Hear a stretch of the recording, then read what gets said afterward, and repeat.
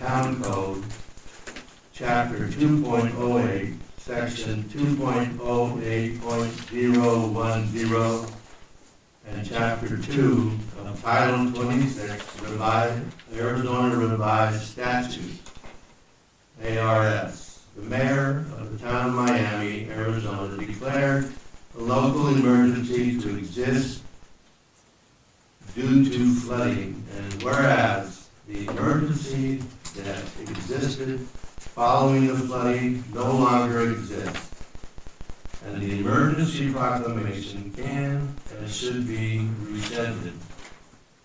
Now, therefore, pursuant to ARS 26-307 and 26-311 and the Miami Town Code, I, Gilman, Mayor of the town of Miami, Arizona, hereby proclaim and order as follows. The emergency proclamation that was signed and proclaimed on September 27, 2025 is hereby officially rescinded. Proclamated and ordered this 13th day of April 2026 at 6:37 p.m.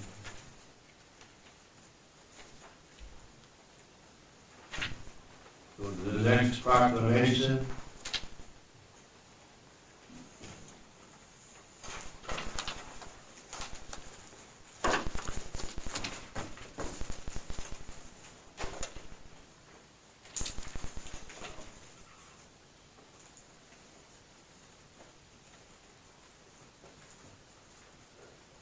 Okay, 4E, National Library Week Proclamation.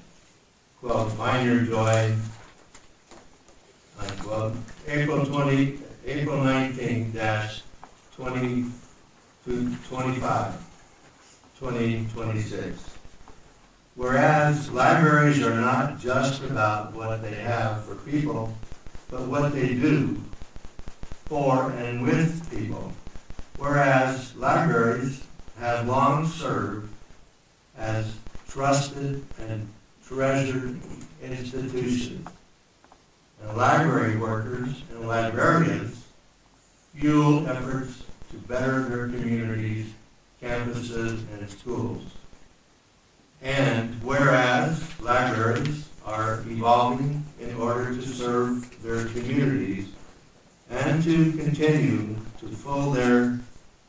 fulfill their role in leveling the playing field for all who seek information and access to technologies. And whereas libraries and librarians open up a world of possibilities through innovation, STEAM programming, makers spaces, job-seeking resources, and the power of reading. And whereas libraries and librarians are looking beyond their traditional roles and providing more opportunities for community engagement and delivering new services that connect closely with patrons' needs. And whereas libraries support democracy and effect social change through their commitment to provide equitable access to information for all library users, regardless of race, ethnicity, creed, ability, sexual orientation, gender identity, or socio-economic status. And whereas librarians, library workers, and supporters across America are celebrating National Library Week. Now, therefore, I, Gil Madrid, Mayor of Town of Miami, Arizona, do hereby proclaim April 19th to 25, 2026 as National Library Week. Find your joy. In the town of Miami, I encourage all residents to visit the library to explore what's new and engage with your librarian. Because of you, libraries transform.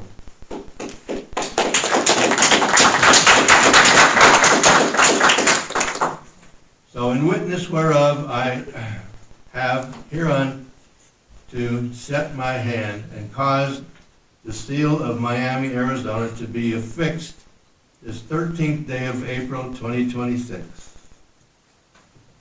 Thank you very much. Mayor, Yes. I'd like to make a motion to approve consent agenda items 4A, 4B, 4C, 4D, and 4E as stated. Second. Okay, Councilman Sash made a motion to approve all items from 4A to 4E. Councilman Medina seconded. All in favor say aye. Aye. All opposed nay. The ayes have it. Item 5 on the agenda, committee reports and general demands. 5A, consideration and possible action to approve the general demands for March 13th, 2026 through April the 6th, 2026 in the amount of $134,715.88.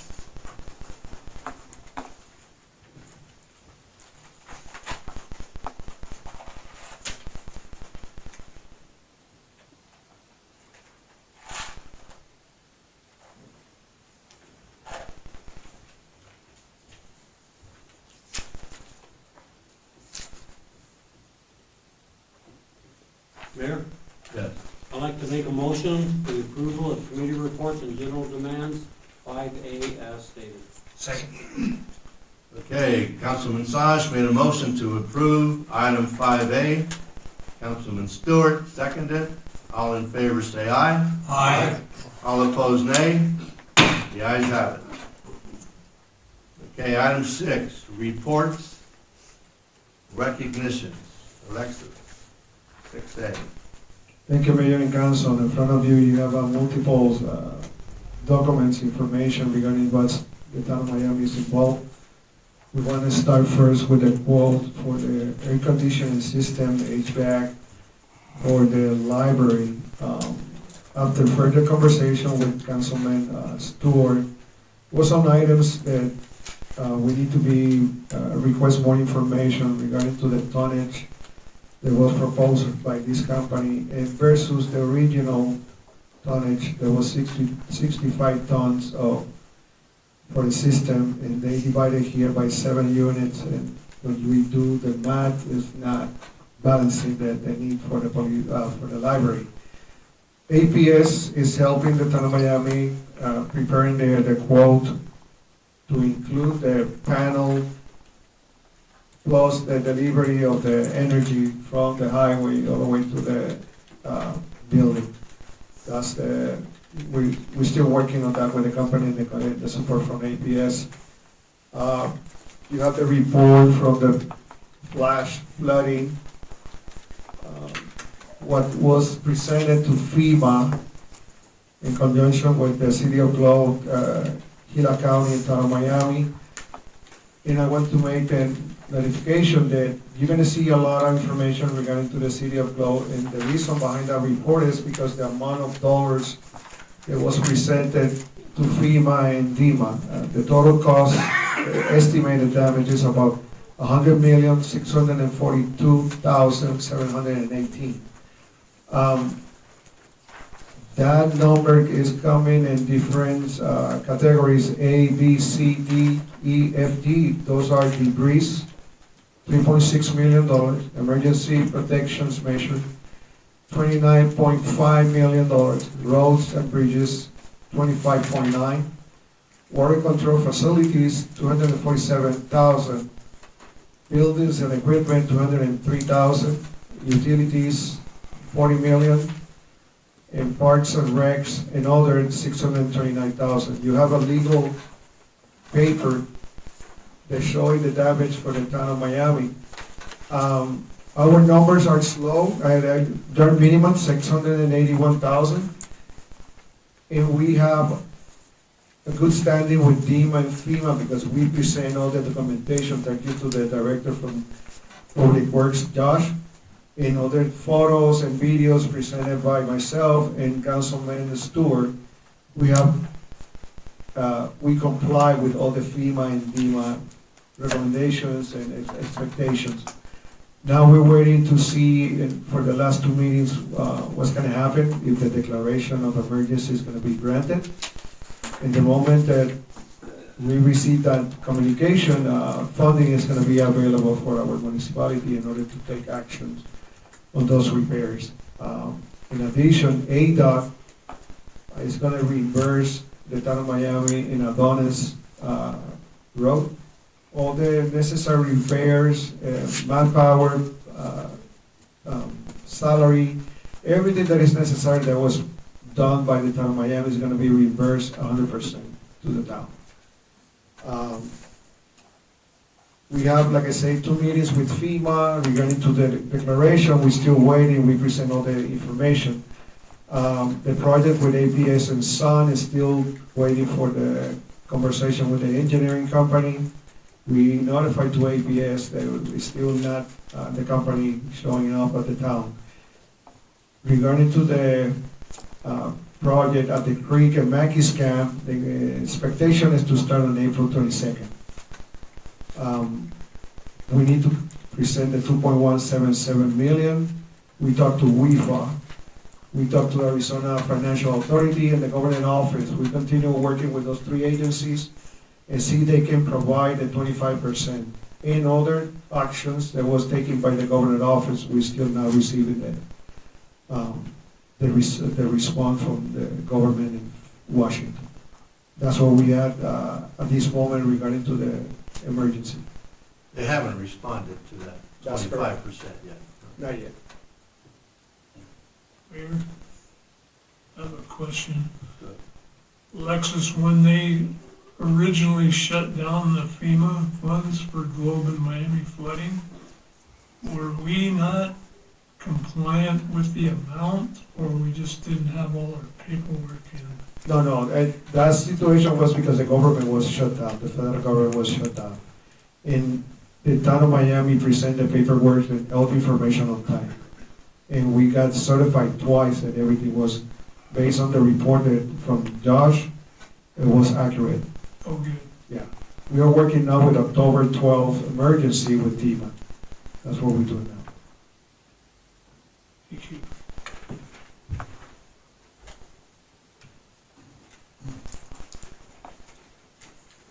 No other comments, questions? Okay. We'll move on to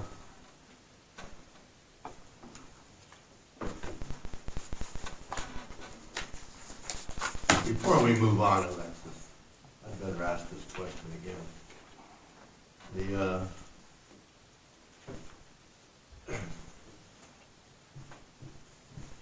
The issue that we mentioned earlier, and you asked me to wait when we got to this one. We need to know where we're at with the police station, and that we are going to get heating and air conditioning and whatever electrical work we need in there, whatever duct work we need in there, we got to get it. Summer's going to be here before we know it, and we were right here talking about this last year. I know that you guys are going out to getting bids for the HVAC equipment. And I believe those bids are including installation. Is that right? Yeah, but the information that was received was inaccurate. It was different tonnage, different positions, and different units. Now we're using, Josh received a quote indicated that it's $11,000 for the electricity and power. We need to increase, we need to work first on the power. We need to upgrade our panels. And ducting need to be increased. And we're gonna receive another engineering study to make sure that when we're gonna start that project, it's done correctly. because that infrastructure is more than 10 years old. You know, we inherited those elements, plus it was an old unit that was not there anymore, and then the cold air is getting out to that conducting elements. And we need to fix that. We need to seal everything that is open at this time in order to conduct and create a better infrastructure for the police department. But we're working on that. We are not sleeping on that. We send on these minimum 3 to 4 companies to make that happen. In the interim, we can go ahead and buy the darn equipment and be ready to set it, right? We don't need to wait until that. Well, if we buy equipment, let's say, for example, we buy a 3 tons unit and the recommendation can come up with a 4.5, what are we gonna do with that equipment? You know, we need to be very savvy in the way that we're gonna be conducting this project for the police department to do it in the best way. Well, But the phase 1 is the electricity, the power, that need to be upgraded, it's mandatory. That's about $11,000. is that in progress? Not yet. When are they gonna mobilize? We're gonna start working with the regs, the requisition and everything this week in order to start. And see the ability of the company, how fast, how soon they can be there. But in terms of the equipment again, Mayor, you're out for This bid, is- right? Mayor, this is not an agendized item. I'm afraid that we're having a discussion and a debate on an item that really should be agendized. I think we're under mayor council reports, so this should just be, unilateral reports without discussion to avoid an open meeting law violation. Thank you, John, but it's important. We gotta do it. I understand, Mayor. We're gonna lose our police. I understand the importance of it, but I also want to emphasize the importance of not running afoul of open meeting law and getting into trouble with the Attorney General's office. So if it's important, it should be agendized for, the next council meeting.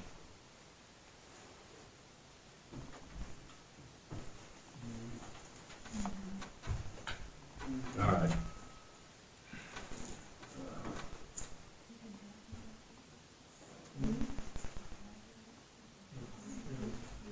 All right, we're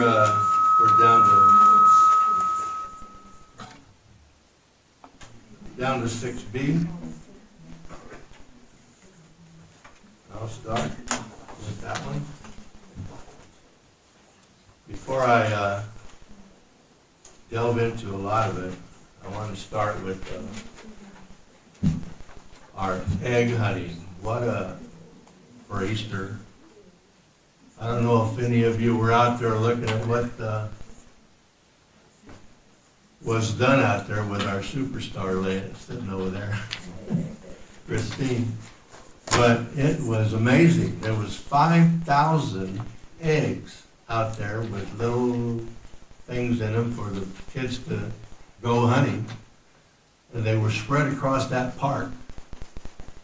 And the kids and their parents were all standing in the sidewalk waiting for the tape to be cut so they could go and do their thing out there in that park. And it was amazing what we watched. My wife and I were there, and in 10 minutes, 5,000 eggs were gone.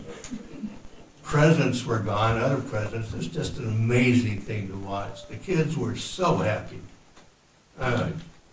Congratulations. Give her a hand.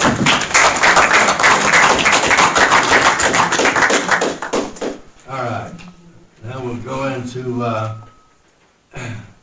we had our little meeting with our advisory council on April the 8th.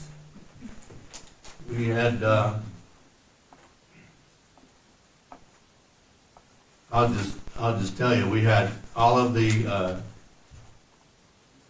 folks on the committee. 2 of them were phone calls that they stayed with us on, and the rest of them, except for 2 others, were here sitting with us, So we had a quorum. We had a really good talk. We moved into deciding who would be the chair and who would be the vice chair, doing the votes. That, the committee had to do that. We were just participating and listening to make sure they got it all. We also got them to stand up and do the oath of office. And I want to thank Karen for the work she did to put it all together. And we got it done. There was me and Karen, my wife, and I think that was it. So it was just, you know, we moved right ahead, we got her done, and I'm anxious to get moving with the next meeting. We're targeting it for the 23rd, 23rd? 22nd. The 22nd? 22nd.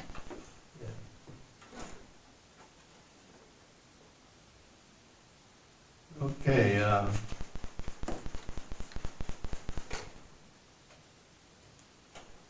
I also wanted to say that when the members, the introductions occurred with all the members, they also included a little bit of their background and their experience. And it was really amazing to see what power we have with these people that are here to help Miami pro bono. It is just, I couldn't believe it, how deep it was in every kind of field that we need to have to get our work done. Very good. So, all right, well, one more here. Also, jumping over to the CAG meeting we had over in Apache Junction, we see here, we were told that we're going to get our money for the senior center parking lot. It would be in our hands within the next 2 to 3 weeks. And so we're looking forward to being able to finally get that parking lot going before anybody else gets hurt. And we had an ADOT executive session there. The executives for ADOT were really wanting to hear from all of the mayors. There's like 62 mayors that participate in that. And they wanted to hear how we felt about ADOT's performance. And they were sincere about doing that. And they're following up with a meeting we just had this afternoon. And it's going to be held over in the Globe Town Hall session. May,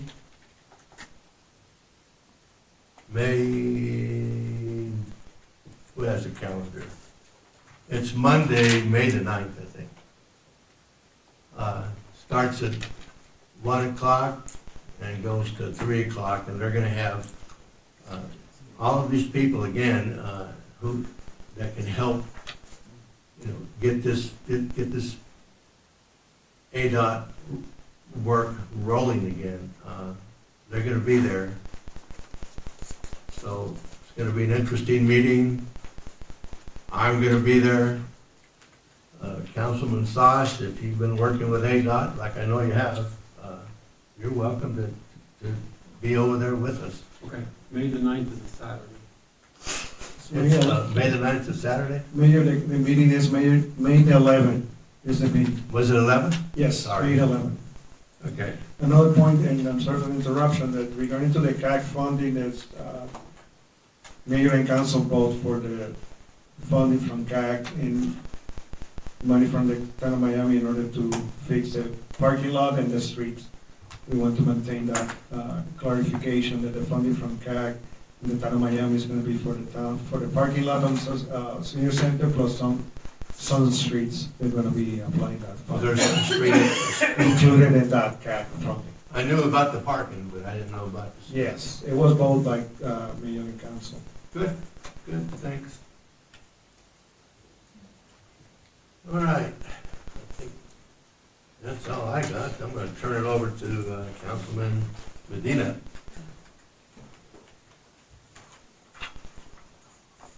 Yeah, I've got quite a bit, so I'll try to summarize it here. We'll be touching on this one subject concerning open meeting law. And I scanned over the information on that agenda item, and it's pretty much what I got out of this one open meeting law event, open meeting law video. And anyway, it was pretty informative.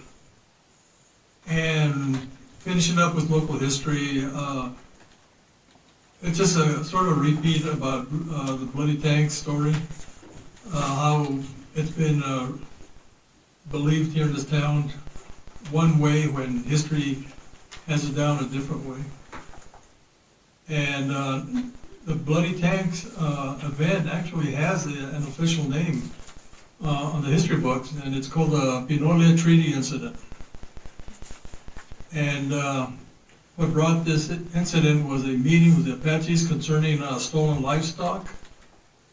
And the meeting location is very familiar to the older generations from Globe, Miami, because that was a large picnic area where we used to have these pretty nice picnic events. And there's a water used to run year-round, and a lot of people would wash their cars on the creek, believe it or not, on the stream, a little small stream. And later, they moved that,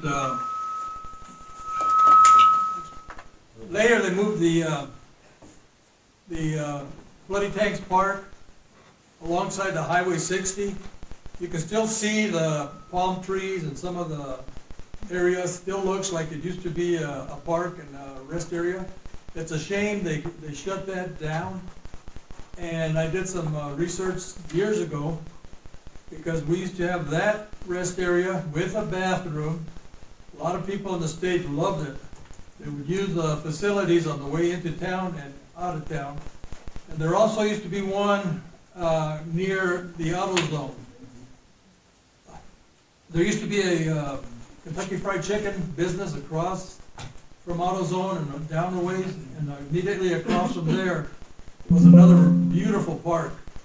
And you can still see the eucalyptic trees there and along the highway. But my point is that it's a shame that they had to close these parks down. When I approached ADOT, they told me that the reason for that was that they had some serious incidences, I guess, on both parks. And it was too much of a liability. At that time, they told me, I happened to be the mayor at the time, they said that if the town of Miami would take the liability, we could have it. We could have a rest area in the name of Miami. I don't know about the one in Globe. But further research, the liability was too costly. So then they said it could fall on an organization which usually has better liability coverage, like the Elks or the Moose or any organization like that, or maybe a combination of all of them. But I got no reaction from anybody. So anyway, that's all water under the bridge now, and that's my report. Thank you. Councilman Moe? Thank you, Angel and Mayor. I'd like to recognize the Adonis captain of the Crime Watch, Gary Lopez is here in the audience. I'm glad to have you here, Gary. And his wife Rosie. We got a lot of good information to get out today in our newsletter. This picture that's on the front of it, if anybody hasn't got a copy of this, it says MMAGA, Make Miami, Arizona Great Again. That's what we're trying to do. And it has nothing to do with our president or any of his slogans, but it kind of looks the same. But don't let us get confused with that. It also enacts the picture of our new equipment, our new patrol cars and interceptors. Also the picture of myself and the police chief, which we're very proud to produce this picture to the public. And all the good stuff that's in this letter that's going to happen. We're going to have a newsletter every month for the Neighborhood Crime Watch. And instead of the meetings that we have been having, the meetings got kind of intense. People didn't want to show up because there are 2 less drug houses in the town of Miami right now. And people were kind of being shy to report. So putting it in a newsletter, there's still suspicious activity going on in the neighborhoods that we're working on and we're aware of. And the Neighborhood Watch is in good standing with the Miami PD. And we tend to keep it that way, right, Gary? I've personally gone to neighborhoods and sat in my truck and observed the activities going on in our neighborhoods. I had one guy come out and ask me if he could help me. And I introduced myself, this one house that I was parked in front of. I could see the curtains opening and closing and keeping an eye on me. The guy came up and said, "Can I help you, sir? Like, what are you doing here?" I said, "Well, I'm your friendly neighborhood watch captain." And he turned around before I could ask him his name, went back in the house, and then the curtains were really getting busy. And as I drove away, about 5 minutes later, they had their phones out recording me. And, you know, I can see why some people don't want to come to the meetings. And we're just going to go to a monthly newsletter now and have a phone chat available for anybody that has information. They don't have to show up in person. And I just wanted to make known that there is some people watching in the neighborhood and reporting. And we surely appreciate that. Hello, friends and neighbors of Miami. This is our friendly first monthly newsletter for April 2026 for the Neighborhood Crime Watch. We are also starting a group chat phone line for instead of having the monthly meetings to keep the communication safe and confidential in our community. And we need to update any issues happening in our area, like scams, Amber Alerts, drug rehab information, and Narcan availability. Chief Hernandez and the Miami PD is cracking down on drug trafficking in our neighborhoods, resulting with multiple arrests, evicting those under suspicion, and making a felony arrest for those living in abandoned homes. The PD is gearing up with 2 new interceptor vehicles now and a 4-wheel drive truck with another additional interceptor unit by July 1st. They also have acquired an additional undercover vehicle to control traffic on Highway 60 coming into town.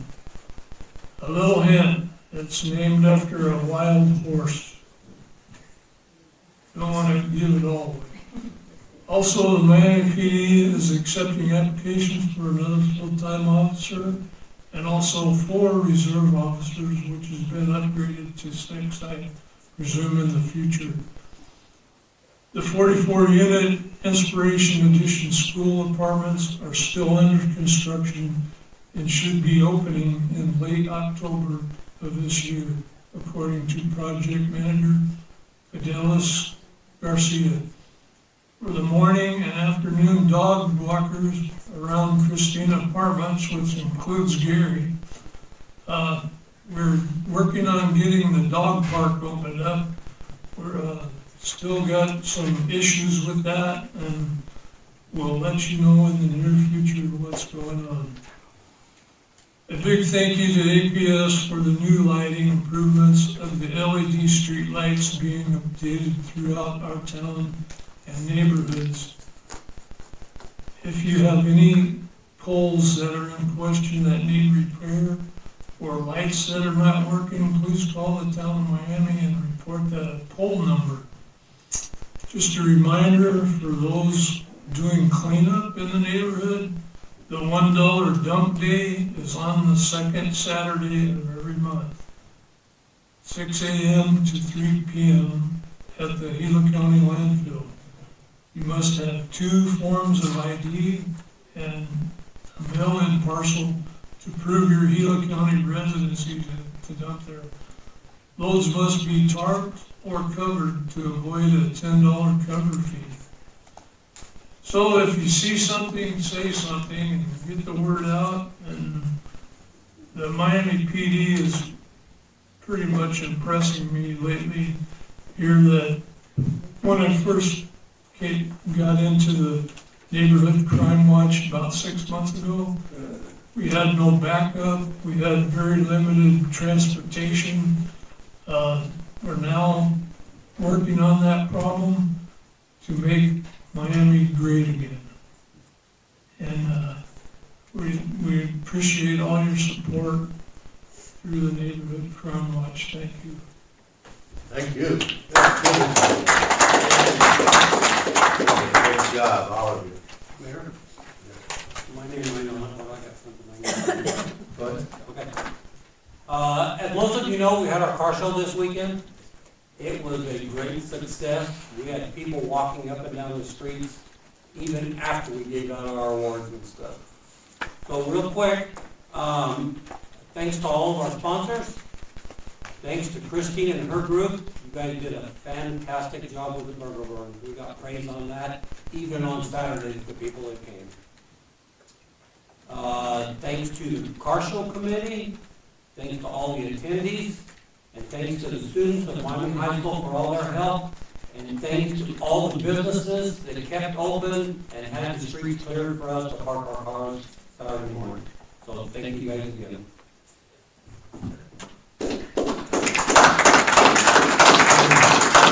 Mayor, I have one more comment.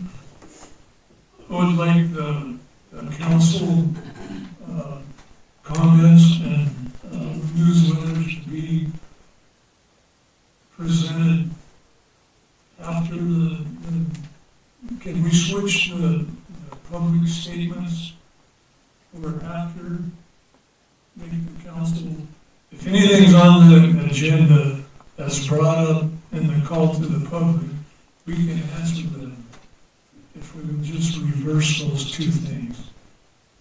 As it is now, we cannot make any comments if it's on the agenda to what's being said in the public. So I would like to put that on the future agenda of the next meeting. Talk about it. What do you want to do? I would like to reverse the council reports and put it after the public comments. So if anything on the agenda that was remarked by the public, we can comment it in the council reports. As it is now, we cannot do that. I think your agendas are set by ordinance, so we would, have to do an ordinance to change the order of business. I think that would be in the interest of bettering the information that's being brought to the council. And we get our lawyers to Yeah. approve that. You got a question, Mr. Chair? Yes. If I may, I already used this, option that we have. If you read, on the call to the public kind of instructions, it says that you can respond to criticism. I called it a point of order at one point, where we were being accused, and we had every right to respond. That's when our attorney told me that I would have to wait till the end of call to the public, and then I could respond, which I did. And I think it works very fine. And you'll see that in the, probably on the open meeting law, where you are allowed to respond to criticism. So if somebody is criticizing you about anything, at the end of the call to the public, you'll be allowed to more or less defend yourself and respond. For the record, it'll be on the record. Thank you. Just to add to that discussion, we're gonna be talking about this when we get over tonight.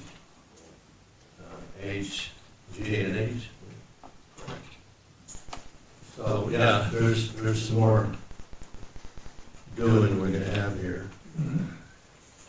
Get this going, get some decorum, keeping it there. All right, item 7, call to the public. Pursuant to Arizona Revised Statute 38-431.01H, at this time, members of the public may address the town council on any issue within the council's jurisdiction that is not on the agenda.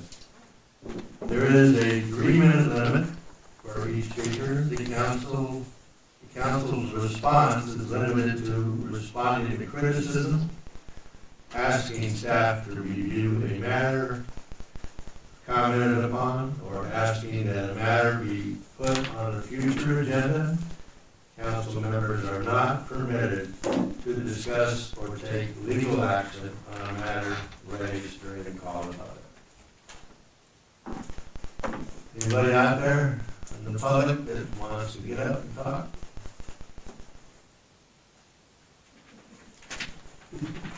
That's correct, huh? 3 minutes, All right. Good evening, Mayor and Council. My name is Douglas Berry. I'm at 512 West Sullivan Street, right here in beautiful downtown Miami, Arizona. I tell you, my uncle had a PhD in philosophy, and I used to love to talk to that guy, because conversations with him could get really interesting. One thing he taught me about, and I really appreciate it, is a thing called the tautology. And it's really no big deal. In fact, it's basically a statement so simple that it can't be false. It's like when you say, I will win the lottery or I won't. It kind of covers all the bases. It's a no-brainer, but in logic, to state the obvious in such a way, it serves the kind of bedrock of truth on which to build a solid argument. So this, in my observation, in the minds of the council and in the mind of our manager, either it is the case that you think our chief has taken on extra responsibility and a higher level of personal and professional liability simply by accepting the title of chief, or you don't think that. Maybe you think something else. But if you do think that, then you also acknowledge that he's done work for which he ought to be compensated. Introduce the fact, as I understand it, we haven't paid the chief any more than his regular patrolman salary since he's taken on title chief 8 months ago. Now, if you're of the mind that he's done extra work for which we owe him, and you know we haven't paid him, then here's a little conjecture. It would seem to me, in that case, that you're trying to save us money on his paycheck. I didn't tell you to do that. Nobody told you to do that. But like I said, maybe you don't agree with the original statement. Maybe you're thinking something else, like he hasn't really been asked to do more than a patrolman's normal duties, so you're justified in not paying more. I don't know, that's just a guess. But whatever else you may be thinking, it unfortunately seems to support an equally unsettling potential, which would be that you've adhered to the letter of the law by appointing a chief, as our town code requires, but that you've intentionally subverted the spirit of that law by effectively bestowing the title chief on a patrol officer whom you've displayed no intention of duly empowering to even a minimal capacity common to the office which he's been appointed, nor have you compensated him accordingly. So really, you filled the position only nominally, but in fact and in effect, you have absolutely not at all. This is deeply troubling to me.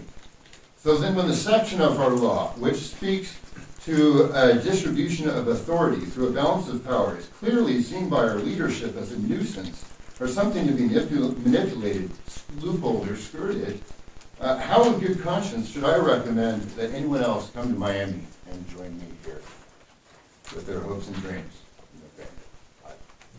Curious to know, because honestly, and also mentioning the AG's office, I got an old buddy who's a former deputy attorney general. I'm going to see what he thinks about that. Thanks, Anybody else?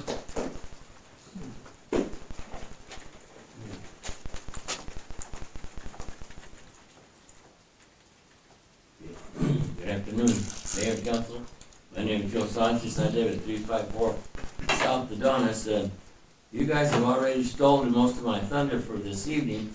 I was going to comment as I started last council meeting to address some of the good things that are going on in our town. And I had left off right, got the bell right around the time I report things that are going on in our library and the improvements that have been made there. And you commented earlier on what happened with your car show. Absolutely wonderful things, you know. And not only that, but we had a gem show in front of the museum up there that brought a lot of people into town. Car show, El Rey, other restaurants, and then the museum. We had a lot of traffic in and out. So, plus we had a live radio broadcast by William Plaza Radio going on. And we're hearing people from throughout the state, friends of mine that are calling in, that are picking up on our radio, and that's given our little community a lot of positive comments.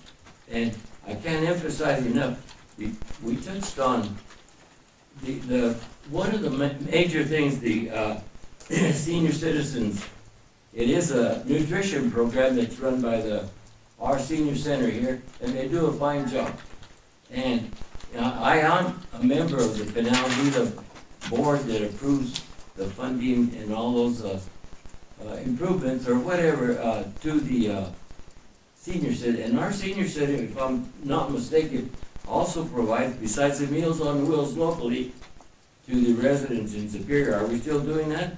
Yes, sir. It's every day, I think, 5 days a week? Sid? No. 7 to summer. Pardon? 7 days a week to summer. There you go. And that is a wonderful, wonderful thing that some of those people would not get a meal if it wasn't for that. So I want to, and another thing that I heard tonight is that you're reaching out to resources that we have throughout the state, like CAG. And they're very important because that's one of the few agencies that we have a majority on. The small councils around the small communities are well represented. And thank you for being involved. Thank you, Joe. Thank you. Anybody else? Okay, we'll move on. Item 8, unfinished business, none of that. We'll jump over to item 9, new business. 9A, information, discussion, and possible action, consideration, and possible approval of intergovernmental agreement, IGA, with Gila County for election drop boxes. Karen? Mayor and Council, this agreement is for the county to put a drop box. I believe it's already there at the police department. It is. And then people can drop their ballots there. And the reason why it's at the police department is there's always somebody there, there's a light on it. And they also have the key to it, there's a camera on it, and they also have a key to it when the county needs to send somebody over. That's good. Good job.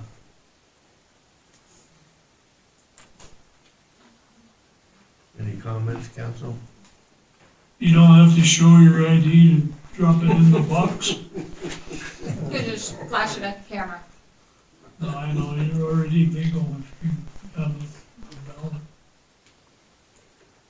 Mayor, Yes. I'd like to make a motion for the approval of intergovernmental agreement, IGA, with Healy County for election drop boxes. Second. Okay, Councilman Sash made a motion to approve. Councilman Stewart seconded. All in favor, say aye. Aye. All opposed, nay. The ayes have it.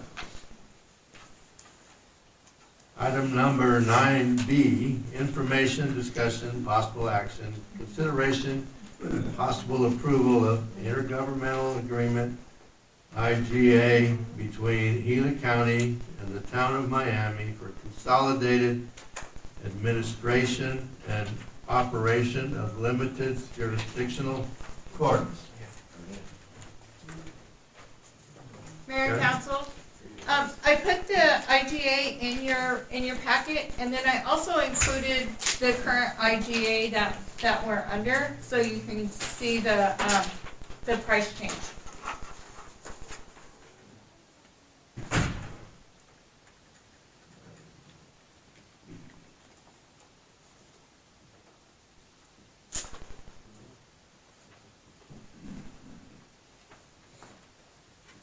And Judge Reardon's here, if you have any specific questions, because I am not able to answer specific questions on this item. Gotcha.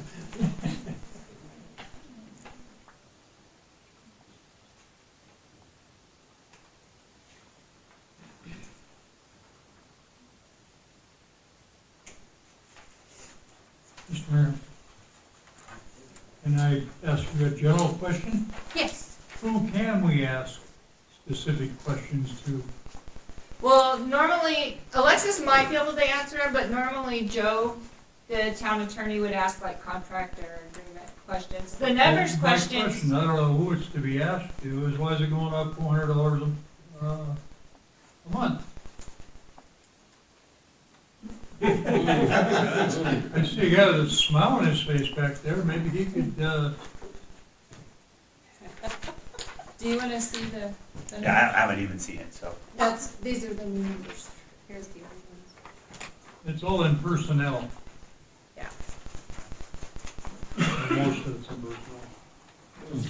All right, Mr. Mayor, members of council, so this is my first time seeing the IGA. I will say that, in a general sense, I believe that the city of Globe may also be receiving an increase. To answer your question as to why, I couldn't tell you, other than potentially the employees have received raises, and so maybe the county's trying to pass that cost along to the municipalities. That's pure speculation. I don't have a direct answer for you. Okay. I guess you can't answer a question you don't have the answer to. Not that one. I know So that who there's, would be the person to answer that question? Can you answer that question? so I know at the county, I believe it's Olivia Todd that does the contracts, but beyond that, or Mr. Rivera maybe. Councilman Radigan, we can request a breakdown of that increase and what is the areas, this is personal, but what is gonna be covered, those $400 increase. Well, is this something where this is what we're charging you for this service, and if you don't like it, do it yourself? Or is there room to demand explanations of what the cost increase is? Well, it's not demand explanation, but at least a breakdown of the cost of the increases. Because I don't think we've gotten any better service, or even the service we're paying for from the magistrate system. So, I don't know how gentle that feeling is, but that's what I've kind of got the feeling. We take cases to them, and they're dismissed or fined a minor amount. So we're faced with the same problem that we had in terms of citations, and no solution. Just keep churning through these things. There's a fulfillment issue, I guess that's a better way to put it, in terms of, and then they're asking for more money. Thank you, Judge.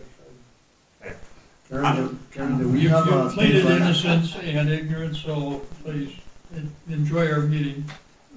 Do we have a deadline for the The bump is all related to personnel. Maybe the wages were up.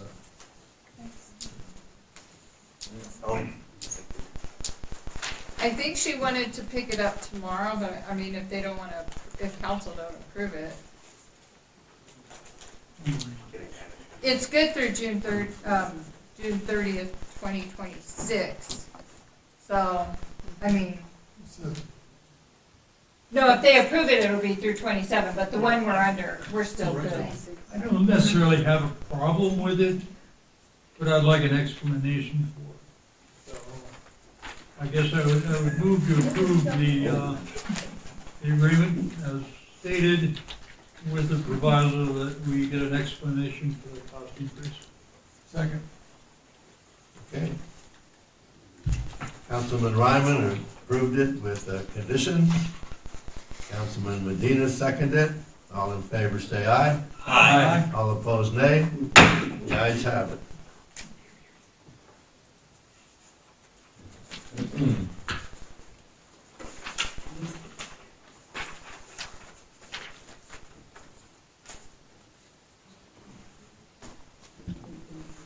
Okay, item 9C, information, discussion, and possible action, consideration and possible appointment of Mrs. Evelyn Vargas to the Economic Development, Annexation, and Abatement Advisory Committee for 3 years term.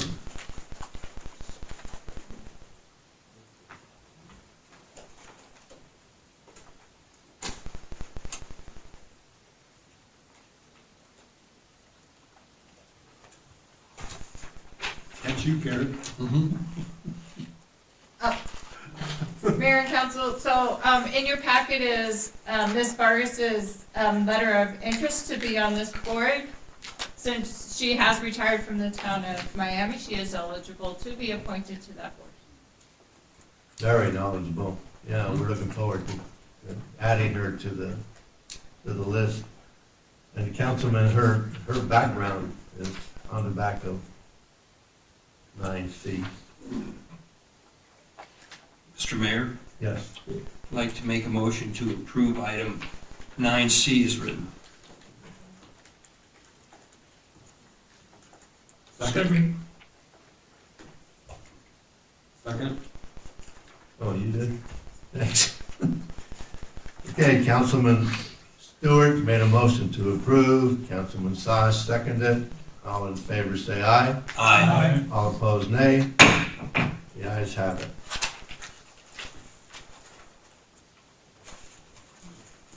Item 9D, information, discussion, possible action, consideration and possible approval of the installation of bronze commemorative plaque on the left side of the exterior wall of the Alicia Garcia Senior Center facing Live Oak Street by the Lester F.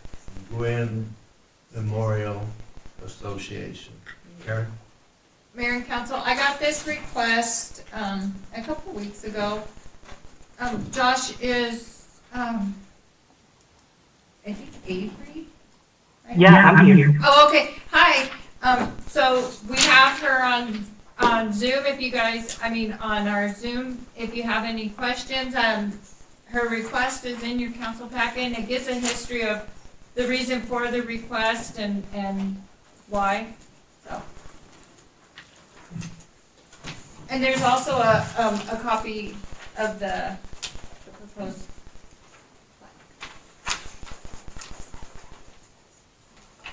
No, I don't think that's the actual stuff.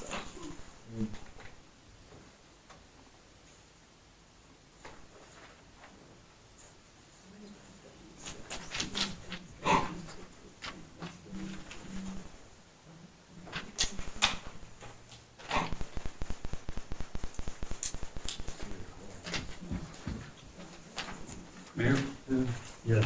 I'd like to make a motion for the approval of the installation of a bronze commemorative plaque on the left side of the exterior wall of the Alicia Garcia Senior Center, facing Live Oak Street by the Lester F. Quinn Memorial Association.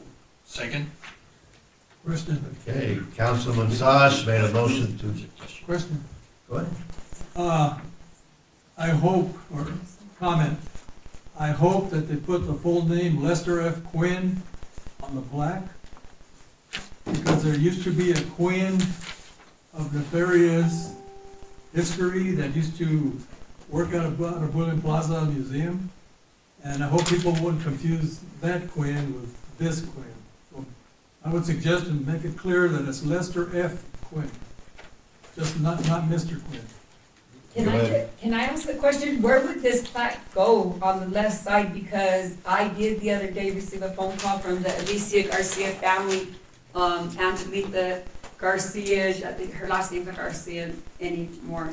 And she told me that they're upset that, so on the wall, on the left-hand side of the wall, in front of the window, when you walk in and it says Miami Senior Center, that they want to know why it doesn't say the Alicia Garcia Senior Center, and that's to the left of the wall. So I just want to bring that because they did ask me, and I told her to write a letter. So I just don't know like where to the left, because we have one little plaque right to the right of the beam when you walk in that says Alicia Garcia, but that family, do you get what I'm saying? The red lettering, that's to the left, that says Miami Senior Center.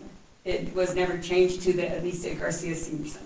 So they even asked me if we took the lettering off our van that says Alicia Garcia Senior Center, but we only had it in the back that says Alicia Garcia. So I just want to bring that because I don't know where, just to bring to your attention that they are questioning why, if the name is Alicia Garcia, why it's not on that left side. But it's on the right side, on a plaque. So it's on a little plaque, but the lettering, the red lettering in the front of the senior center says Miami Senior Center. That's what it always said. Right, and they would like it to say the family name. They and- want, they feel that it should say the Alicia Garcia Senior Center. So this just took place just the other day when she asked me about it, and, you know, they asked me different questions. So I just kind of wondered, is it that same wall that says the Miami Senior Center? Is that the same? If I may respond, it would be on like that small low wall that's on the side of like that parking lot that faces Live Oak. So it's almost like maybe like 4 or 5 feet tall. That's the one It wouldn't be like attached directly on the building close to the door. And then in regards to the name, it is put that it's dedicated by the Lester F. Quinn Memorial Association on the bottom. On the top it says the family of Alan McGee Quinn arrived by wagon on June 1st, 1912 at the Welker Brothers Livery Stable to pioneer the area. That location later held the McNeil Hotel and afterward the Copperland Hotel, and then also in commemoration of old pioneer families of every creed who helped make Miami Arizona home. I don't think that was the Copperland Hotel. Yes, it was. Right there at Senior? Right next to it. It was all in that same gym room. Right in that corner is a bar. There's a club right there. There was a club right there. Oriole. Right, yeah, Copper was, Avery, what size of the, what size plaque? It's there, it's listed there. I know, but I don't know millimeters, 255. Oh, Google. I'm just So trying I'm to get a taking vision it that of how. it's not necessarily going on the wall, but on one of the columns? You know, like if you're facing Live Oak, they have like that like small lower wall that has nothing on it. And it faces the street, and then there's like the parking lot kind of behind it. It would be there, almost like where that old building is to the left. That's like a, what is it, like a auto parts store or something like that. Oh, the insurance place. You're right. So isn't that the left wall that we're talking about, or no? Not The the, Yeah. lower- not the building. No, it's not the building, it's a lower wall that says Miami Senior Center. Is that what it has on it? It doesn't say anything on It doesn't have anything on it. Okay. Well, I don't know what other wall they're talking about unless, huh? The accuracy is wrong. The yard wall? There's a wall. Avery, not the wooden one, right? No, it's like stucco. Okay, well, are they talking about the wall right next, no, keep going to your right. Okay, you see where the red letter is? Are you talking about the wall to the left of that? So if you're If looking at the you- Miami Senior if you- Citizens to the left, It's facing Live Oak, so if you're on Live Oak, you would see like the parking lot to the left, that little lower wall, and then to the right of that would be like where the entrance is and everything.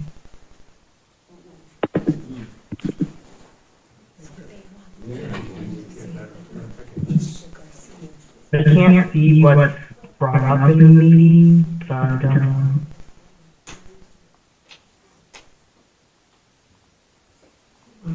Can we share the screen with them? Try. Okay. Hang on a second, Avery. Okay, thank you.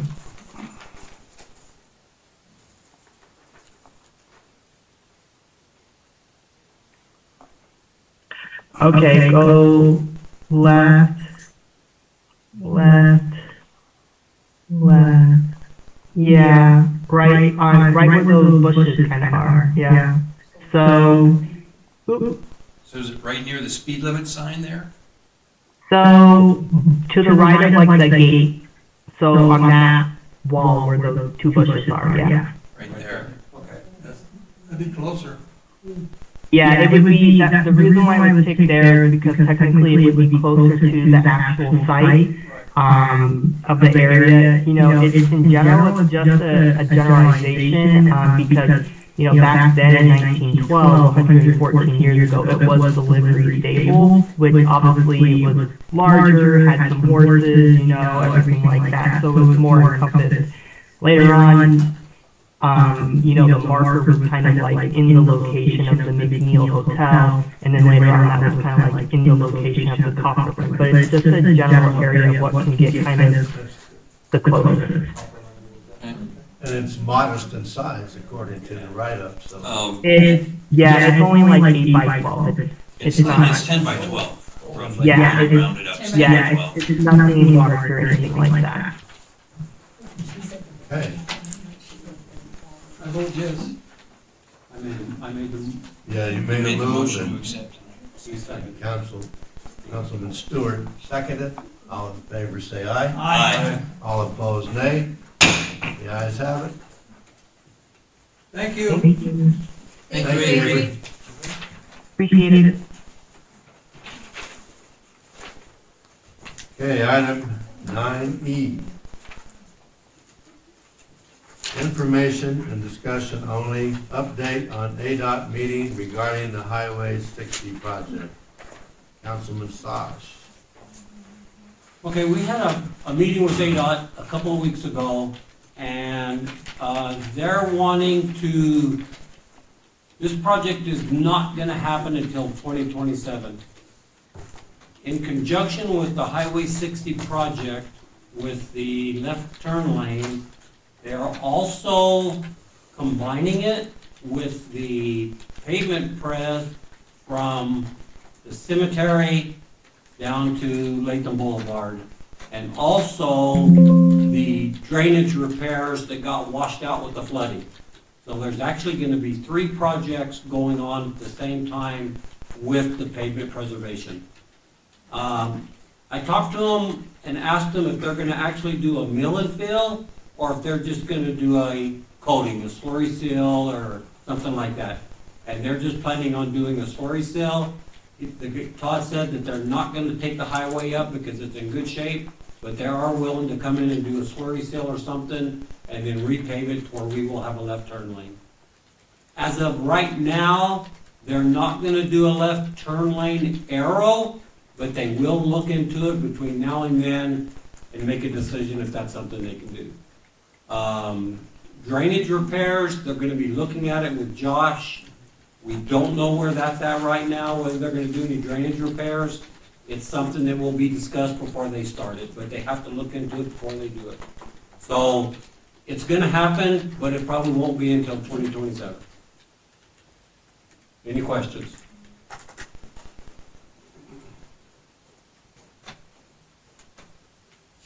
Chuck Broder, 525 West Sullivan. Will this mean the removal of the parking on the side streets? Yes, it will. This will give us a left turn lane all the way through town to go up on top of both hills and be a lot safer for traffic.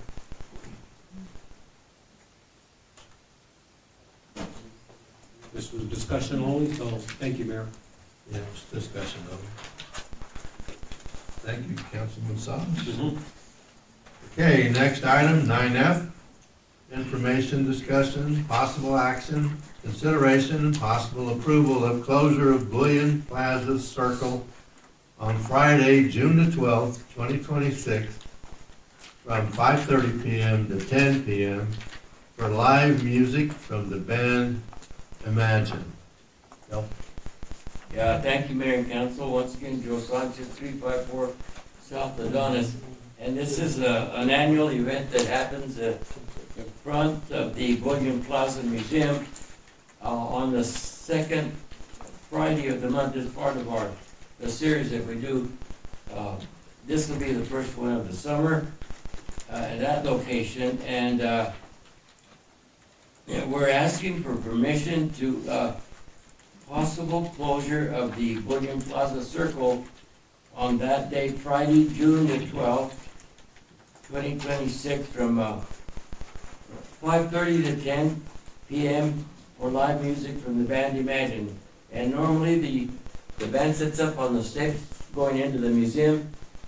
The street then becomes the dance area for the folks, and the rest of the park is utilized for, bring your own chair and sit and enjoy an evening of music by the band Imagine. So what you have a printout, I believe, of the street in front of the museum, and the red line indicating the areas that we want blocked off for traffic going through there. And with that, I would respectfully request your consideration. Okay, thank you. Mr. Mayor, Yes. due to my relationship with Bullion Plaza, I will be recusing myself from the vote. Okay. Mayor? I'd like to make a motion for the approval of closure of Bullion Plaza Circle on Friday, June the 12th, 2026, from 5:30 PM till 10 PM for live music for the band Imagine. Second. Oh, never mind. Okay, Councilman Saj made a motion to approve. Councilman Ryman seconded. All in favor say aye. Aye. All opposed, nay. The ayes have it. You're in business. Thank you very much. Okay. Joe, are you gonna sing Roll Out the Barrel? Oh, my goodness. Yes, you bet, Dan. All right, item 9G. Information, discussion, and possible action, consideration and possible direction to staff to review Miami Town Code Title 8, Health and Safety, Chapter 16, Declaration and Prohibition of Public Nuisance, Section 8.16.150, noise. Bring it up to date with state statute and bring it back to the council for consideration and possible approval. Councilman Stewart? Thank you, Mr. Mayor. Ladies and gentlemen, we're going to do a little bit of housekeeping here. This was brought to my attention by reading a post from one of the residents that is in the neighborhood of the Inspiration Edition. And the concern was around 6:30 in the morning, construction would begin, the noise that would happen. So much for peace and quiet. And so I took it upon myself to do a little research on it. And the first thing I did is I looked at our current town code. And I quote from ordinance number 387, which was adopted on February the 14th, 2022, under general provisions, paragraph A, quote, "It is unlawful and a public nuisance for any person to cause or permit noise of any kind, including barking dogs, that travels in excess of 50 feet from the point of origin between the hours of 10 p.m. of one day and 7 a.m. of the next day." So I thought, well, let's see, 6:30 in the morning, it's a little before 7 a.m., so what's going on? So then I went and I looked at Arizona revised statutes to see what the state had to say. And under ARS 13-2904, called disorderly conduct classification, paragraph A, item 2, quote,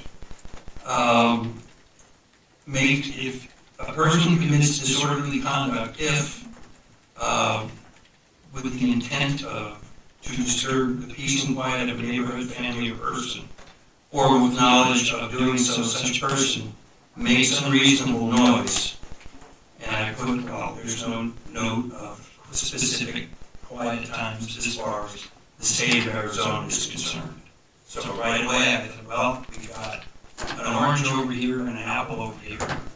What are we doing?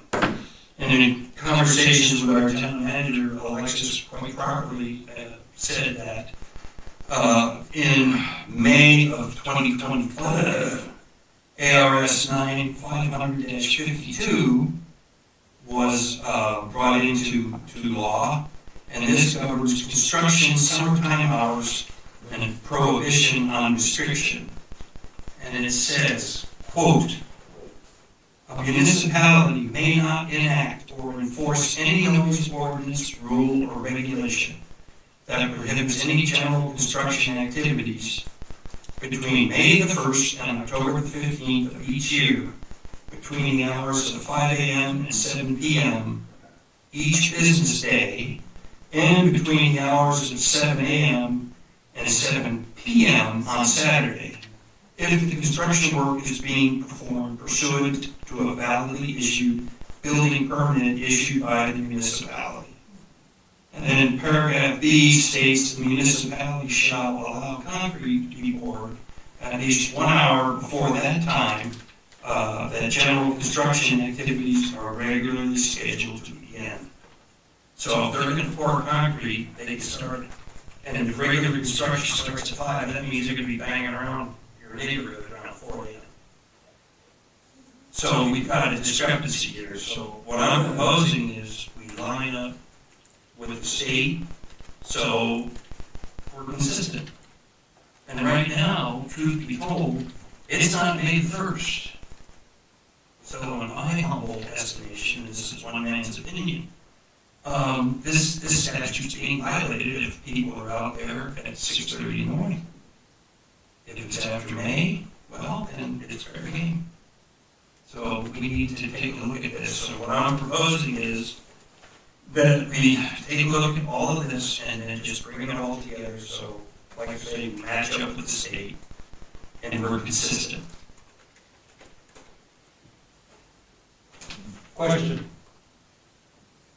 And I'm going to use the Miami local as, for instance, if we're going to allow them to play music until 11 or 12, wouldn't that be breaking our own ordinances by, we're supposed to be done by 10 p.m.?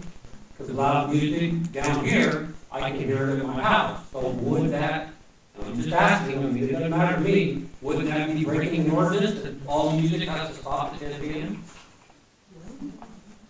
As written, it sure would. But we want people here. I'm willing to put up with the music until 11. Mayor and Council, you have, this job, Melody, you have in your Title 8, you have exceptions or exemptions under sections on section 4 that says that your noise ordinance does not apply under 4F to any special event approved by the town council. So, if you're approving a special event and you're allowing amplified music to go beyond 10 p.m., then that would fall within the exemption. Okay. But, So it has to be an approved event by the council in order to exceed that 10 p.m. well, yes, that's one exemption. So if there's noise, well, there's a couple of noise provisions. One is just a general noise of any kind traveling beyond 50 feet of the point of origin between 10 p.m. and 7 a.m.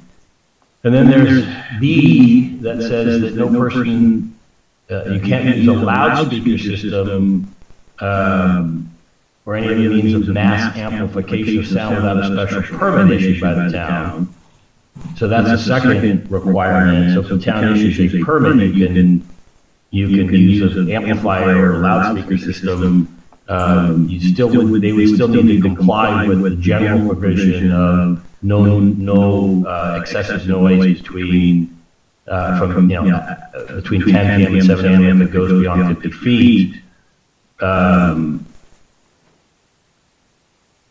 And then you have another exemption that talks about if there's a permit issued for a person legally occupying an area or participating in an activity under the authority of a permit, license, or reservation, they can't be interfered with. So your code is a little, kind of has a few sort of conflicting provisions, but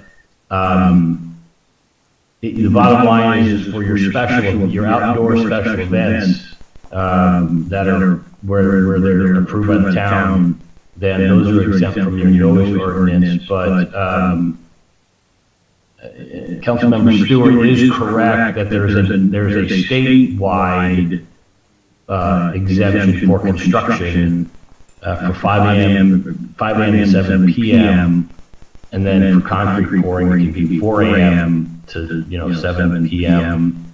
for summer hours, May 1 to October 15. That's a relatively easy fix to add into your exemptions provision.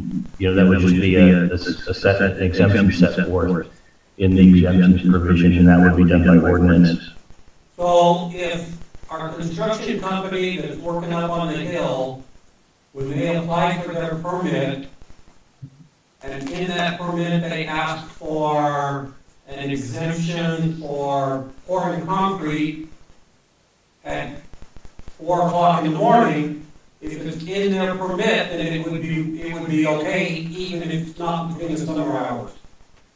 Well, it would be okay under state law if it's between May 1 and October 15, regardless of whether it's a permit or not. In other words, construction before May 1st. If the construction company comes to us with their permit and they're asking to pour concrete at 4:30 in the morning and they're requesting it in their permit, then it's going to be okay for them to do it. If you issue the permit and create the exemption for instance, like night work, if there was a night work, you had a road construction project, let's say that you wanted to do it at night to avoid interfering with traffic, the council would issue a night work permit essentially, yeah. Or whatever the exception is, if it's not during the summer hours, if it's in the fall or winter or spring. Okay, so at 2 o'clock in the morning, we have vehicles driving up and down with their boom boxes so loud you hear them when they turn off the highway. They can be ticketed and given a ticket for loud ordinance, right? Correct, because if you look at that section 816.152, there's a motor vehicle noise limit, that it's measured by decibels. Right. I don't think that's limited to, I think it's primarily intended to deal with, those loud mufflers, motorcycles or car loud mufflers. But it talks about noise limits just in general. And so it could apply to what people call music. Okay, all right. You clarified it, so we know now that if the construction, Alexis, if the construction company goes, they're gonna have to specify in their permit that we're gonna give them permission for concrete out of it anymore. Yes. For any town construction project, if you're going to approve night work or work that's outside of those allowed hours, then you should approve that specifically as part of the permit, for sort of, outside of the summer hours or outside of the winter hours. And you're free to enforce the 7 a.m. noise ordinance in the non-summer hours for construction. Okay. And you might even want to look at, in addition to adding the provision for state law, you might want to consider adding a separate provision for the non-summer hours, so it's real clear about when, the construction hours and times as a separate section. Okay, thank you. Can I add something to that, Alexis? Yes, Mayor and Council, we want to take advantage of this opportunity in addition because we have two incidents. One was 2 years ago and one was this Saturday during the car show. We have an individual with music loud for more than 3-4 hours. And we need to create that kind of permit to avoid those kind of elements. Because it's unnecessary noise that was created during the car show. Because one thing is when you participate on a car show with a sound system, but when you have an individual outside of the participation of the car show, creating this noise, affecting the participation of other opportunities, we need to take advantage of that and see how we can modify the law for other incidents. Yeah, there's gonna be some of that. So the question I would have is if we want to allow on a building permit them to go outside standard hours of quiet, should that not come at a premium? In my opinion, I mean, we're not looking like a whole month at a time. We're only looking like at maybe a couple of weeks of pouring, or a couple of days and then stop in a couple of days. And I know in the construction, it's gonna be real hard because of the weather, so if they go in there and put in a permit, we're gonna pour concrete April the 15th, 16th, 17th, and they get a storm and then they can't. How are they gonna have to come back to us and say, okay, we got rained out, so we're gonna have to modify our theme? And I think they could do that without Sure. an addition of any fees or penalty. Yeah. They can, none of us can control the weather. No, we can't. Councilman Stewart and Councilman Sarge, as part of the process of the permits, that our director always verify, they're gonna have the schedule of that project, when they're gonna be pouring, like you mentioned, concrete, metals, folding, roofing, in advantage, the town can, put that permit, a special permit, modify that. With the exception in case of the weather, like we're doing right now with the NRCS project, we're requesting a 75 extension due to the weather condition to avoid any delay of the 220 days. We can create that. The other part of that too is, we don't have regular seasons, at least we haven't had in the last couple of years. It's been summer for 9 months. And so when we do that, we have to let them have, some break there, because it's all about temperature. They start dumping concrete, when it's so darn hot, the concrete sets up fast and you got a mess in your hands. So when we do the write-ups with them, we have to be aware that summer may last into November like it did this past year.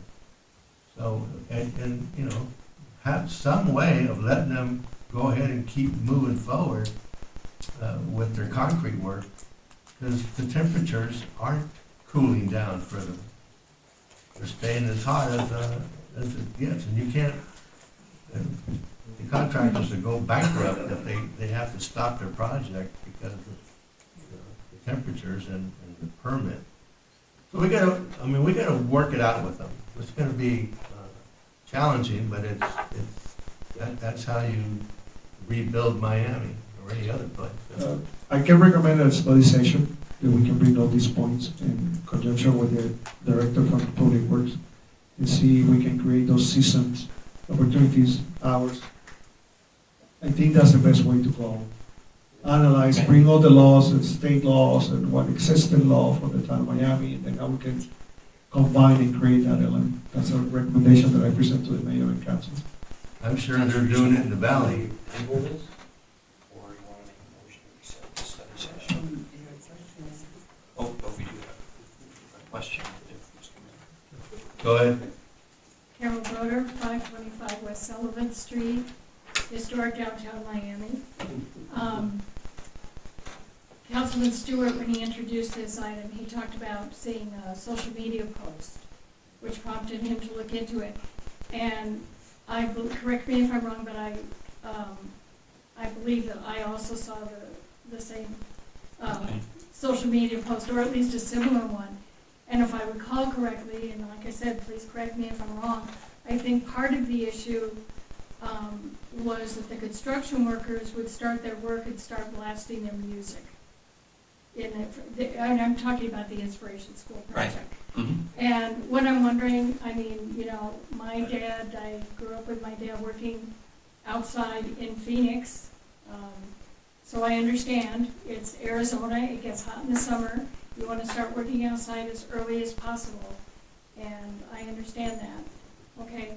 But what I'm wondering is if one of the big issues is the music the workers are blasting to entertain themselves, that the neighbors can hear, wouldn't that be outside the parameters of pouring concrete or whatever? I'd like to ask the town attorney if individual construction workers playing music is covered under that, or is that something completely separate? Thank you. It's not work related. It's all part of the construction activity. Not music. Yeah, but you have music there. I mean, to me, it looks like it's under the same umbrella, as construction. I don't know, John, are you with us? I am. Did you hear the comment from Mrs. Broder? Not really. The audio is not great, so. Okay, well, let me see if I can, and again, you feel free to jump in, Carol.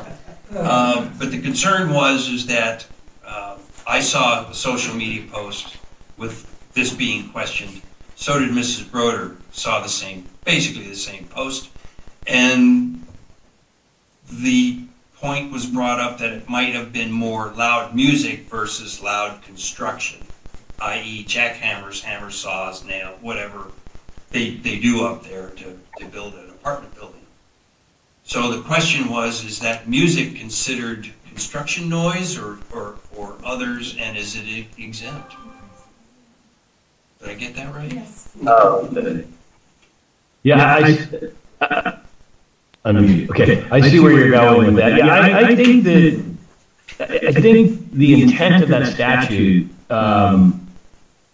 is that you can't prohibit or a noise ordinance can't prohibit general construction activities. I don't know if playing a boombox is necessarily contemplated by that statute. So I think that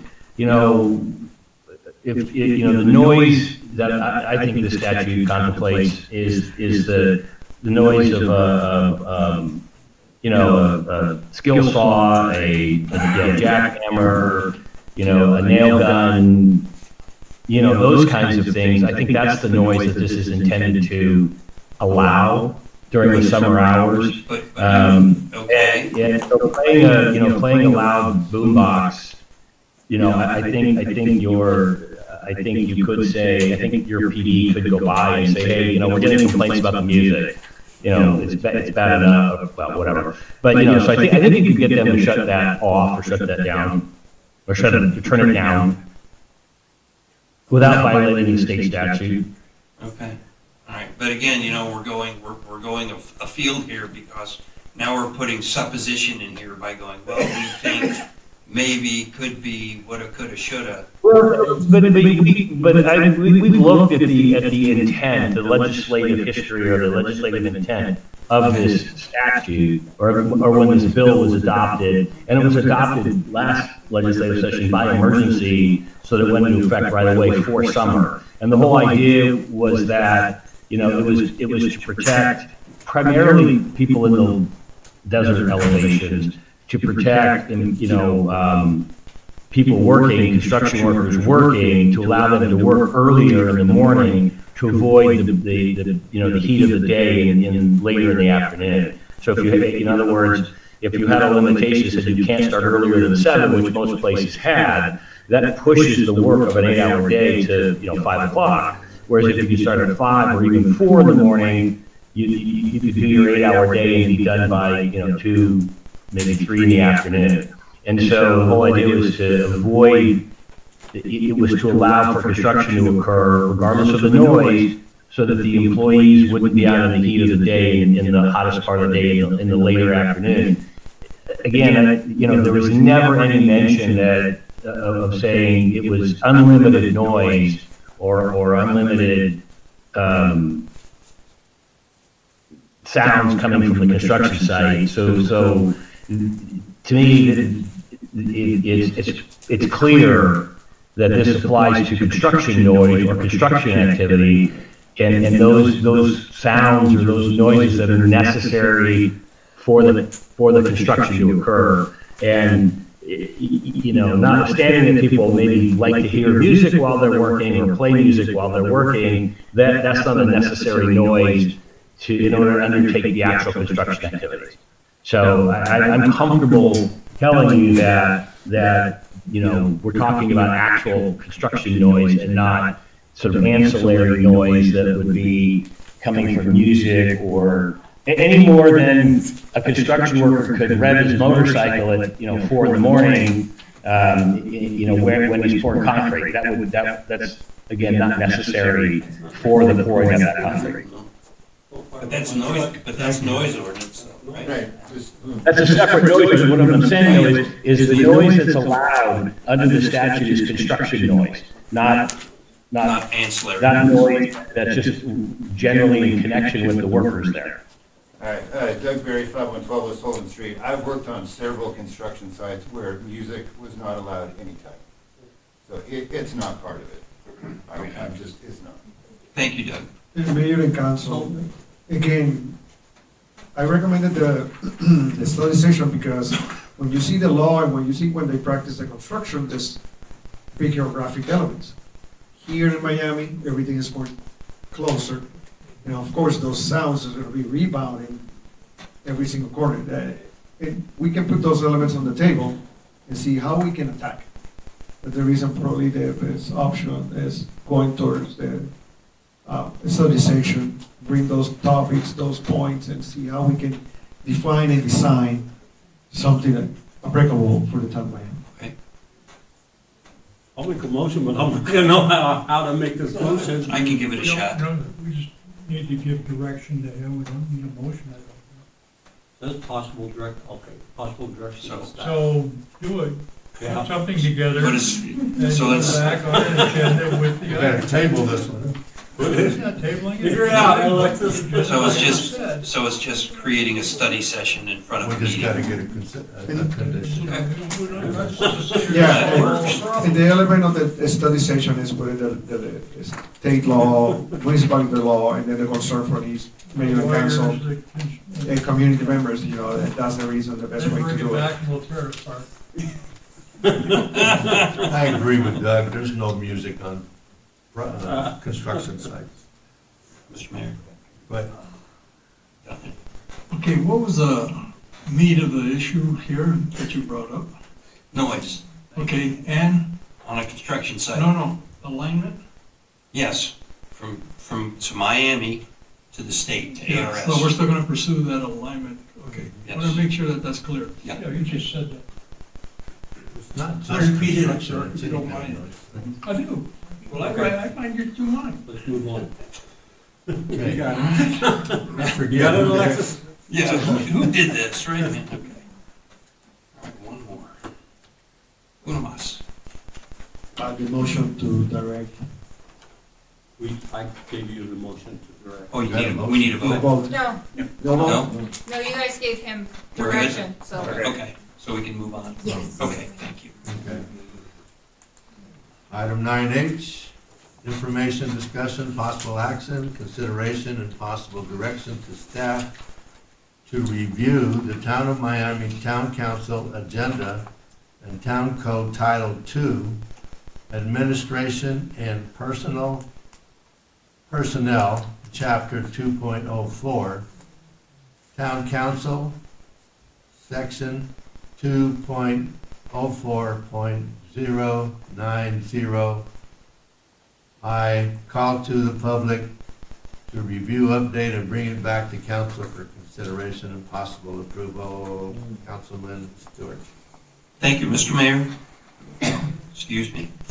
So this is in response to several constituents that were approaching me with questions and concerns about call to the public. And there were some inconsistencies on, do we give an address, do we not give an address? People having 3 minutes, 5 minutes, 20 minutes. It was all, the comments were all over the place. So once again, I took it upon myself to do a little reading and get educated. And I started out with our very own town code. And the Town of Miami Town Code 2.04.090, paragraph I, call to the public, quote, petitions, remonstrances, communications, and comment or suggestions from citizens present on any issue within the council's jurisdiction that is not on the agenda shall be heard by the council. All such remarks shall be addressed to the council as a whole and not to any member thereof. Such remarks shall be limited to 3 minutes unless other additional time is granted by the presiding officer. No person other than the individual speaking shall enter into the discussion without permission of the presiding officer. Members of the council may not discuss, consider, or make decisions on matters raised during call to the public other than responding to criticism, directing staff to investigate and respond to the matter, or request the matter be scheduled for consideration at a future meeting.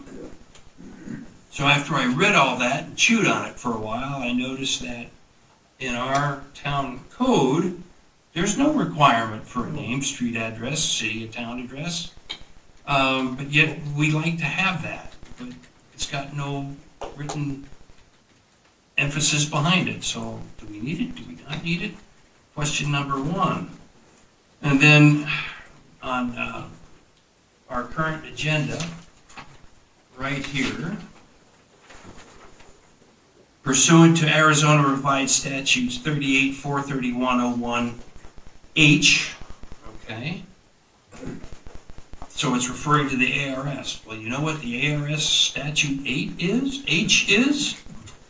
Quote, the Secretary of State or for state public bodies, the city, town, or clerk for municipal public bodies, and the county clerk for all other local public bodies shall conspicuously post open meeting law materials prepared and approved by the Attorney General on their website. A person elected or appointed to the public body shall review the open meeting law materials at least one day before the day that person takes office. I don't hear a whole lot about call to the public there. But if I go down and I read paragraph I of the current ARS, then it begins to make sense. According to the ARS, it is paragraph I. A public body may make an open call to the public during a public meeting, subject to a reasonable time, place, and manner restrictions to allow individuals to address the public body on any issue within the jurisdiction of that public body. At the conclusion of an open call to the public, individuals of the public body may respond to criticism made by those who have addressed the public body, may ask staff to review a matter, or may ask that a matter be put on a future agenda. However, members of the public body shall not discuss or take legal action on matters raised during an open call to the public unless the matters are properly noticed for discussion and legal action. And again, even in the ARS, there's no requirement for name, street address, town of city or town of residence. Can be a request by the council. But maybe we should put that in writing. And our call to the public is wrong because it's pointing to a paragraph that has nothing to do with the call to the public. So we just need to do some housekeeping. Because H basically points to the town clerk. So what you're saying, we can respond to what they're saying. No, sir. So No. that's why I want to get this moved ahead of our agenda items. Got it confused with responding to criticism.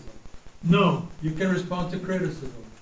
yeah, we And that's can it. do that, but I want to get our council agenda items before, so we can respond to the call to the public later. Next. You can't, We have it. that No, can't be done, it has to be an agenda item. That's right, it has to be an And so- agenda item, we can respond to that You- when it But- comes to call to the council by True. what we just heard from the public. Okay, that's up to your But- lawyer, I don't know, I can't say. But however, let's see here. It also says that you can, the call to the public can talk about anything but what's on the agenda. Mhm. So if it's on the agenda any way, Well, shape, that or don't always form, happen that way. well, that's my point. One of several I'm trying to make here is, But also, that the call to the public cannot pick out one person. You have to be addressed as a a body. council. Right. So when a guy stands up there and says, Mr. Ryman, he can be shut down and gone because you cannot do an individual. yeah, it's against the law. Right there's where you gavel them off. Yeah, it's against the law. So this is what I want to try and get That's not true. situated. Number one, and again, it's housekeeping. You know, and I think we want to move call to the public. And it also says in there, Phil, that we can just make public comments to the agenda. Nothing else. I don't know. It says it in there. Let's, So we gotta give him direction, give you direction, because it's not a motion. We're only asking for a direction to the staff to Right. review the town of Miami town council agenda. So we're asking you to review it and let's see what we can come up with for the call to the public. Also, Alexis, let me add that I've read this 14 times in the last 3 days. And I know that I understand it correctly. The state law, ARS, says that we have to follow their writing. We can't modify it. They are the ones that we look to and follow their topics. We don't change things around. Right. And what I'm proposing is that we we do that. Let's go and change this particular item to whatever the town, the state of Miami, state of Miami. I like that better. The Arizona revised statutes, we follow them. It's the law. We can't deviate from it. That's what I read. So let's make sure that we don't trip over ourselves for nothing. Also says that we need to keep order. And Yeah, direction. it's written really good. I should have brought a copy Are of we it. good? Well, there's a, Besides Mr. Medina? I don't know if you guys got the same email I did, but Karen put out an advisory, I guess, from the league concerning a video Zoom concerning open meeting law. You remember that, Karen? Yes, I got it. Was it the training? Training. Oh, yeah.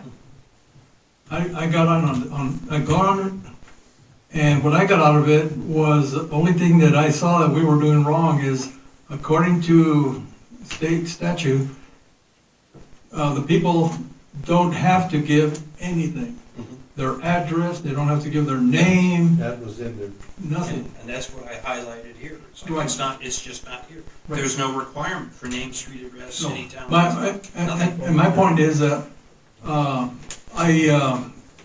kind of texted during the meeting, is there any way we can get this information, downloaded for us?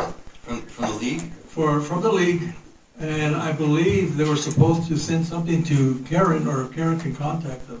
Yeah. I could contact them, but I believe Attorney Paldini's the one who did that Yes. training. Yeah, he was the one that present the training. And that video is And up that for video No, is John. no, not that video.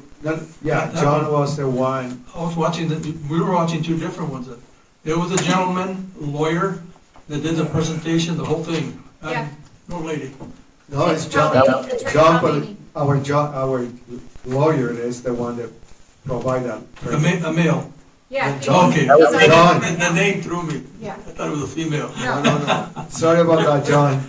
Sorry, John. It's been a long day, John. I got a comment. Maybe if I could sort of participate a little bit here. So remember that the Arizona statutes on open meeting law, if you look at that section I in the that was read, it's permissive. In other words, you're not required to do a call to the public. You may do a call to the public, Right. but there are certain limitations that you can adopt. When it says reasonable time, place, and manner, that means you can adopt a time limit, and the issue, statute says the issue needs to be within the jurisdiction of the public body. So you don't have to allow people to come up and talk about the Middle East or something else, right? Because it's not in. The other thing is my comments at the training were that you can't require someone to provide a name and address. You can certainly ask for it. Some places simply ask if the person's a resident or non-resident, which, is helpful for the council when you're hearing from someone to know if they're a resident or non-resident. It's helpful to know, not necessarily if you're going to take it more seriously or not, but when a resident speaks, you obviously, that's your constituent. And some people just don't want to give their home address for privacy purposes or what have you. And I've seen people give fake names, at calls to the public. So your limitation, I would say that it's correct. You do need to correct the call to the public on your agenda, but that's just Karen can just change that H to I, and then you're fixed. You don't have to change your ordinance to do that.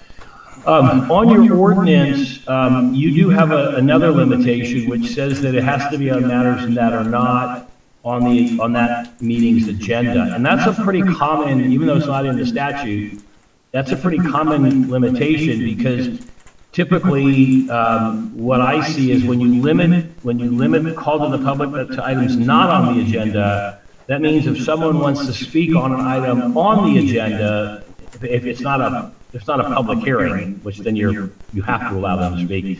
Typically, the mayor a mayor will allow someone to speak on an item that's on the agenda. It's not a public hearing, because it kind of makes more sense for the person to talk when that agenda item is up, for discussion at the time, rather than at more of the beginning or separate. So, but that's your call. If you wanted to change your code to strike that section about not on the agenda and allow people to speak on agenda items that call the public, you certainly can do that. But so my recommendation wasn't, or a suggestion wasn't, to not ask for name and address or name and resident versus non-resident. My point was that there's just no way you can require or enforce that. So if somebody doesn't want to give their address, you should still let them speak on whatever their topic is. Preferably, like I said, you get a name and a resident versus non-resident status. And if nothing else, because one of your three options is to direct the staff to work with the person who's, let's say this person has a comment or criticism about something going on and it's not really a council issue, it's something that staff could fix. You obviously need to know the identity of the person that you're going to go talk to later on, or that your staff's going to go talk to later on. So things like that, I don't think you need to amend your code on that. But like I said, if the only thing, if you want to allow people to speak on agenda items that call the public, then you probably should amend that section of your code, your call to the public code. Also, John, it says in the ARS that we can segregate people that speak. We can have our own residents speak first, and then anybody out of town can also speak after they speak. We can segregate that and also make them fill out a card on their subject of what they're going to speak about. Globe does that. Yeah, you can have speaker cards are a good idea, to have people fill out a speaker card, give the topic, resident versus non-resident, and you're correct, Councilman. If you want to allow residents to speak first, then Put that in if you ask the resident or non-resident, then that would allow you to do that, to take the residents first. But how do you know if you don't ask them first? Speakers. Well, no, you can ask them. What I'm saying though is that if they don't tell you what their address is, there's really no way to require it to allow them to speak. What I would do, just as a practical matter, is if someone refuses to identify themselves, him or herself, or identify address or identify resident versus non-resident, and then you just put them at the end. You just assume that they're not a resident, and you put them at the end, or allow them to speak at the end. I mean, if they don't give a name, how do you even call them up to speak, other than hey you? So but if they give a fake name, that there's really no way to know you're not asking for any kind of identification or anything like that.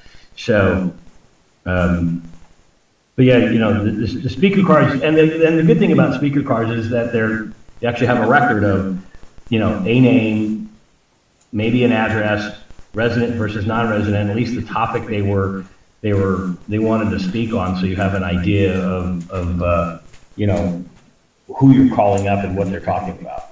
Right. I still maintain that we have to go with Arizona revised statutes to achieve 100% compliance with the law. Then we can do a red line comparison of what we've got right now, what we want, and what it states we can have. We gotta get it right the first time. Well, we all took an oath to uphold the law and to serve the townspeople. I don't think that your town code violates the state law, because remember, the state law allows you to have a call to the public subject to restrictions. So when you allow for call to the public, you can adopt the restrictions that you have, the 3-minute time limit, not allowing you don't allow for group presentations, for instance, and then it limits you, the council members, from responding to other, to other than criticism. And then the state law does say at the end of the full call to the public, then you can do those things, respond to criticism, direct staff to investigate, or request a matter be put on a future agenda, a meeting agenda. And the reason for that is that if you have to wait till the end of the call to the public, it prevents any unintentional debate of the matter, because then the speaker has sat down, there's no more speakers, and then you can take your response, your response to criticism, your directing staff, or you're putting on an agenda, without running the risk of somebody standing there at the podium wanting to further debate the matter, and then, because that's the intent of that at the end of the call to the public. Okay, thank you. It's all yours, Alexis. So what say you, Tom? Okay, Mayor and Council, if the Mayor and Council decide to adopt a car, we need to take into consideration time frame, who's going to be monitoring those elements. You're going to obligate citizens to be earlier, file the car, give it to the clerk, disseminate those topics, it's a different ballpark when you will bring that. And is somebody gonna be allowed to speak if they did not fill out a card? Because a lot of places say that card needs to be filled out before the meeting starts. Right. So say like the meeting starts, they don't have that card filled out, nope, you're not gonna talk. You don't have a card. So you're gonna have to have rules for speaker cards if you're gonna. Exactly, we need to design rules, time frame, who's going to be monitoring those elements, We're not saying no, but we're changing the operation of the meeting. I mean, the mayor's got a point, we gotta go. No, exactly, we agree, that's what the main goal is to change the law. So do you think we need another study session for this? I think we need a change. All right. Councilman Stewart, would you like to give an answer? I would like to suggest that, a study session, be scheduled at an earliest possible date to see if we can get this fixed up. Councilman, can you also add that John put on an excellent presentation, and my apologies to John for getting all confused. But I believe there was talk about a PDF or actual video that we could probably use as reference from time to time. Sure. You can add that to the meeting. Absolutely. Yep, we can. All right. Well, thank you. Are you talking about a work session or a study session? A study session. Can I ask, Councilmember Mo a question? Can we include your item that you want for a future agenda item with that item about switching the order on Yeah, that? we can bring that up in the study session. Okay, Makes so sense. instead of before, like trying to bring it to council. I think that would be a lot better Okay. than the way it is. We just gotta get council approval, lawyer approval. Right, we need to make sure we're legal. Yeah. Okay. Okay, let's move on. Item 10, call to the council future agenda items. Please put the police station on that. I want to try to get a grip on what it's going to take to get this thing done before it gets too hot. So, police department update on the next agenda? Okay. If I may, I'd like to thank everybody that stuck it out with us this time. Last time it was a little thin. But also I'd like to add that a couple of weeks ago on the Silver Belt, there was an excellent article on Chief Hernandez. Excellent. And also, a lot of questions were answered on that article about the reservists. It was quite a lengthy article. I don't know if you can still get an old one, but I think I might have one, and maybe I can get somehow copy it and transcribe it or ask the paper, or they can send us something. But it's awfully important that Miami here, be aware of that story. Excellent story. Thank you. We need to keep it. We need to keep it, that's our objective, and I'm not trying to push anybody, but a year later, I'm scared. Anyway, let's move on to adjourn. So moved. Second. Okay, Councilman Moak, move to adjourn, Councilman Stewart, seconded, all in favor say aye. All opposed nay. Thank you all, appreciate it, sorry it took so long.